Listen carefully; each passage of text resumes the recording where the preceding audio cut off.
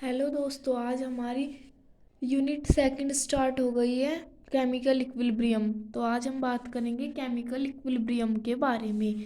जब कोई reversible reaction constant temperature और प्रेशर पर किसी क्लोज वेसल में कराई जाती है तो पहले फॉरवर्ड रिएक्शन प्राप्त होती है जिसमें प्रोडक्ट बनते हैं।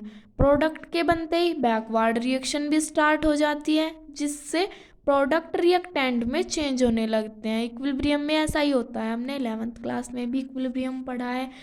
प्रारंभ में फॉरवर्ड रिएक्शन का रेट बैकवर्ड रिएक्शन के रेट से अधिक होता है क्योंकि रिएक्टेंट की कंसंट्रेशन अधिक होती है, परंतु जैसे जैसे टाइम इंक्रीज होता जाता है, टाइम बढ़ता जाता है, रिएक्टेंट की कंसंट्रेशन कम होती जाती है और प्रोडक्ट की कंसंट्रेशन बढ़ती जाती है, जिसके कारण फॉरवर्ड रिएक्शन का रेट तो घटता जाता है और बैकवर्ड रिएक्शन का रेट बढ़ता जाता है।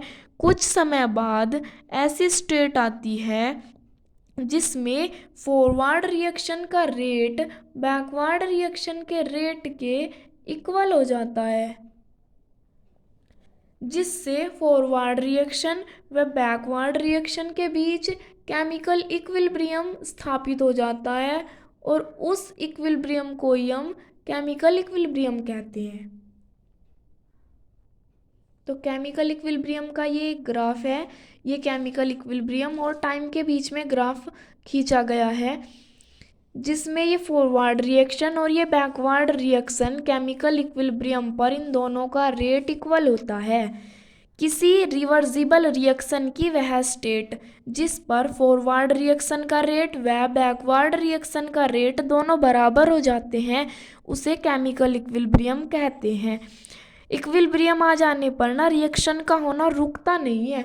इक्विलिब्रियम आने पर ऐसा लगता है कि रिएक्शन रुक गई है क्योंकि ना तो फॉरवर्ड रिएक्शन का पता लग पाता और ना ही बैकवर्ड रिएक्शन का पता लग जाता। पर फिर भी यहाँ बोला गया है कि फिर भी वो रिएक्शन रुकेगी नहीं। इक्विलिब्रियम आ जाने पर रिएक्शन का होना रुकता नहीं है, परंतु फॉरवर्ड व बैकवर्ड रिएक्शन दोनों समान वेग से निरंतर होती रहती है। अतः केमिकल इक्विलिब्रियम डायनेमिक नेचर का होता है। डायनेमिक मतलब उसमें गति होती रहती है। इक्विलिब्रियम पर रिएक्टेंट जिस स्पीड से प्रोडक्ट बनाते हैं उसी स्पीड से ही प्रोडक्ट भी रिएक्टेंट बनाते हैं। अतः रिएक्शन में रिएक्टेंट तथा प्रोडक्ट की कंसंट्रेशन कांस्टेंट हो जाती है और समय के साथ वो परिवर्तित नहीं होती।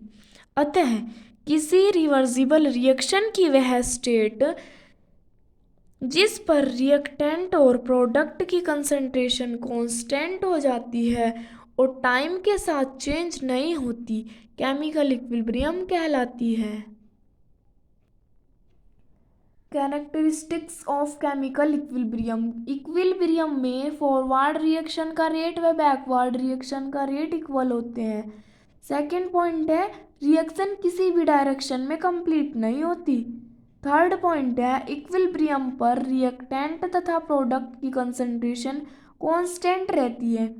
फोर्थ पॉइंट है केमिकल इक्विलिब्रियम डायनेमिक नेचर का होता है, इसमें हमेशा गति होती रहती है।